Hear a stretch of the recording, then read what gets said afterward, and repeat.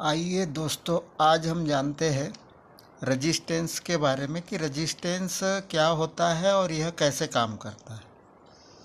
तो रजिस्टेंस जो होता है वह किसी भी विद्युत सर्किट में, जैसे यह एक तार है मान लो और इसमें कोई धारा बह रही है, तो किसी भी विद्युत सर्किट में जो करंट बहता है उस करंट को कंट्रोल करने के लिए बीच में जो लगाया जाता है उसको रजिस्टेंस कहते हैं। और उसका सिंबल कुछ इस तरह से होता है, इस तरह से रजिस्टेंस को दर्शाया जाता है।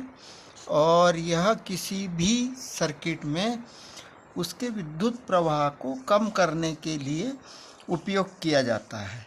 तो इस तरह से रजिस्टेंस को हम एक उदाहरण के द्वारा समझ सकते हैं कि मान लो ये पानी का पाइप है, ये पानी का पाइप है और इस पानी के पाइप में इधर से पानी जा रहा है और इधर आ रहा है, इधर पानी आ रहा है। ये अब इसमें हमने बीच में एक नल लगा दिया, ऐसे एक नल लगा दिया और ये नल में हमने यहाँ पर एक टोटी लगा दी है, ये टोटी। अब ये टोटी को हम जैसे ही घुमाएंगे तो यहाँ पर पानी का प्रवाह जो है वो कम हो जाएगा और जैसे ही इसको खोलेंगे तो वो ज़्यादा हो जाएगा। तो ये समझ लो कि ये जैसे ये करंट बहता है, ये पानी जैसे बह रहा है, ऐसे ही मान लो कि ये करंट बह रहा है और इसको रजिस्टेंस मान लो। तो यहाँ पे जब जैसे ही इसको हम टाइट करेंगे या कम ज़्यादा करेंगे तो यहाँ जो पानी का प्रवाह आ रहा है उसमें परिवर्तन होएगा।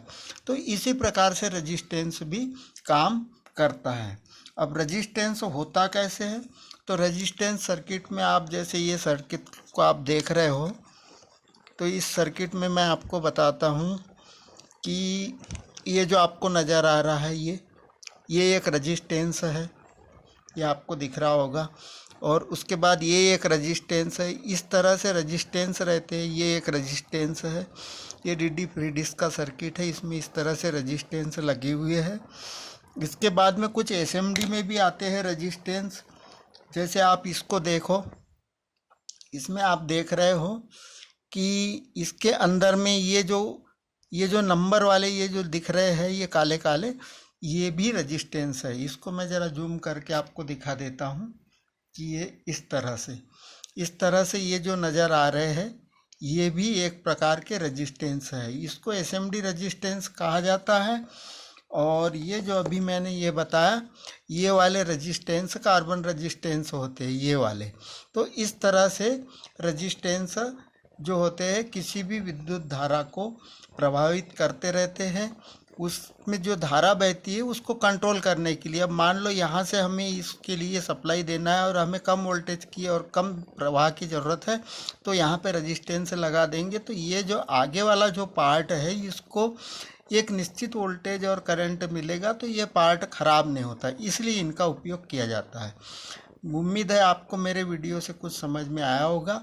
अब अगले वीडियो में मैं मल्टीमीटर के द्वारा और बगैर मल्टीमीटर के द्वारा इन रजिस्टेंस को कैसे इनका कैलकुलेशन करते हैं, कैसे इसका वैल्यू नापते हैं, इसके बारे में आपको बताऊंगा।